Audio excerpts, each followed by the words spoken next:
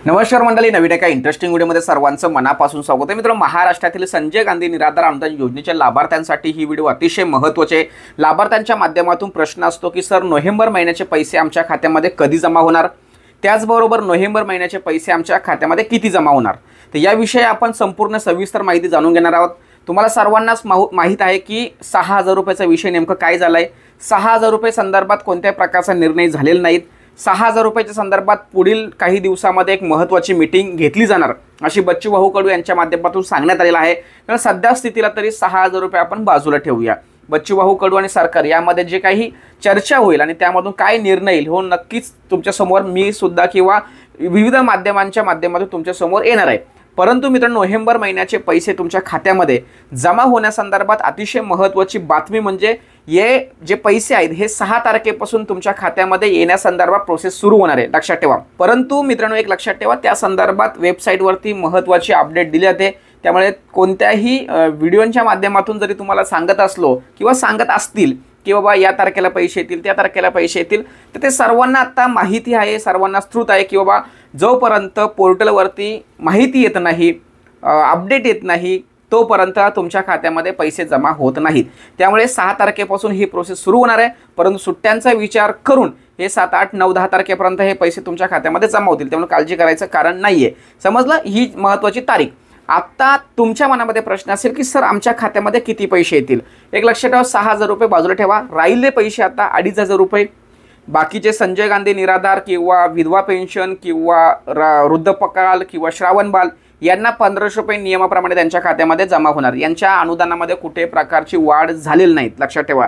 लाभार्थ्यांच्या माध्यमातून प्रश्न असतो की सर, आमचे पैसे वाढले पाहिजे, विधवा पेन्शन योजनेचे पैसे वाढले पाहिजे, ज्येष्ठ नागरिकांचे पैसे वाढले पाहिजे. यासाठी तुम्हाला फ्रंटला येणं खूप गरजेचं आहे, समोर येणं गरजेचं आहे.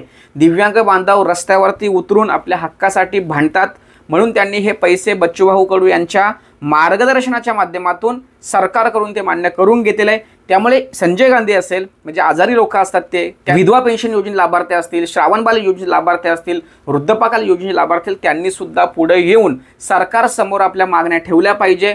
संस्था, संघटना, ग्रुप, निवेदनं या माध्यमातून पुढे येऊन प्रयत्न करणं गरजेचं आहे. हे जर केलं तरच तुमच्या खात्यामध्ये पैसे येतील. सहजासहजी तुमच्या खात्यामध्ये पैसे येणार नाही. सरकार या संदर्भात कोणत्याही प्रकारचा विचार करत नाही की बाबा आम्ही दिव्यांगांना पैसे दिले तर यांना सुद्धा पैसे दिले पाहिजे. सरकार विचार करत नाही. त्यामुळे मागणी पुढे येणं खूप गरजेचं आहे, लक्षात ठेवा.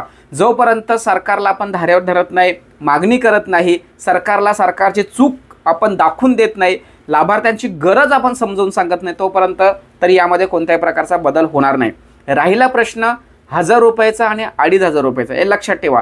तर सामाजिक न्याय विशेष विभागाच्या माध्यमातून संबंधित जिल्हाधिकारी कार्यालयांना महत्त्वाच्या सूचना केलेल्या आहेत की 4 ते 5 तारखेपर्यंत सर्व 1,000 रुपये ज्यांना देणं बाकी आहे, म्हणजे जे इतर योजनेमध्ये लाभार्थी आहेत परंतु दिव्यांग आहेत, त्यांच्या याद्या या 4 ते 5 तारखेपर्यंत संबंधित विभागाला देण्यात यावं.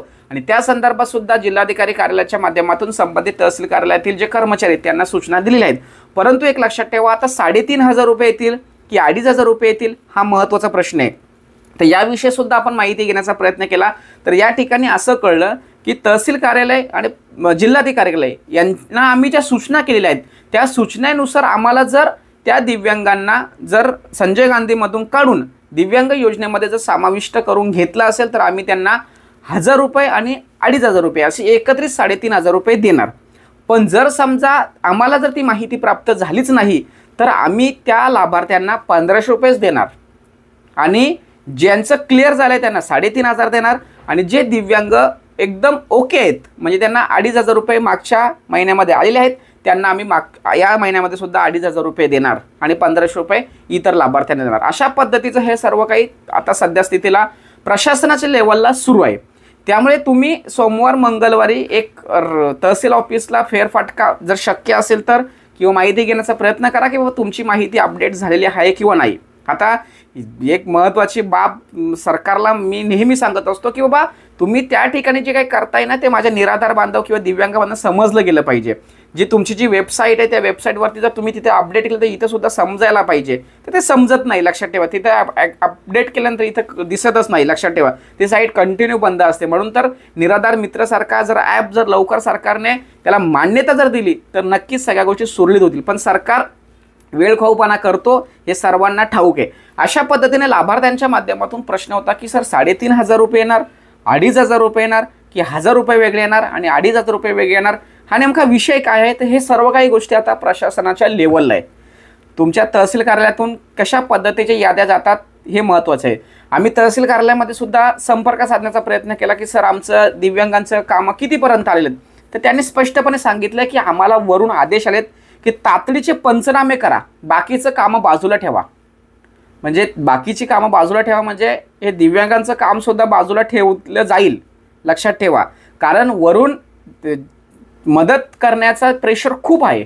बच्चूभाऊ कडू यांनी आंदोलन केलं, सरकारच्या मागण्या, सरकारने ज्या शेतकऱ्यांसंदर्भात कर्जमाफीच्या जी मागणी आहे ती मान्य केलेली आहे, पण तातडीने शेतकऱ्यांना मदत मिळावी यासाठी पंचनामे करून लवकरात लवकर अहवाल सादर करावा हे त्यांना सांगितलं। त्यामुळे 2 कामं अतिशय महत्त्वाची आहेत। सामाजिक न्याय विशेष विभागाने इकडे सुद्धा जोर लावलेला आहे, पण सरकारने मात्र प्रशासनावर या पद्धतीने जोर लावलेला आहे। त्यामुळे ते जे तहसीलदार आहेत किंवा ते जे प्रांत साहेब आहेत ते कशा पद्धतीने या गोष्टी हँडल करतात त्यानुसार तुम्हाला 2,500 रुपये, 3,500 रुपये किंवा फक्त 1500 रुपये हे गणित बांधलं जाणार आहे। अशा पद्धतीने लाभार्थ्याच्या माध्यमातून 2 महत्त्वाचे प्रश्न होते, आम्हाला पैसे किती येणार, आम्हाला पैसे कधी येणार। तर त्या दोन्ही प्रश्नाचं उत्तर या ठिकाणी देण्याचा प्रयत्न केला आहे। व्हिडिओ पटत असेल, आवडत असेल, महत्त्वाची वाटत असेल तर नक्की इतरांना शेअर करा। भेटूया पुढील व्हिडिओसह, तोपर्यंत धन्यवाद। जय हिंद, जय महाराष्ट्र।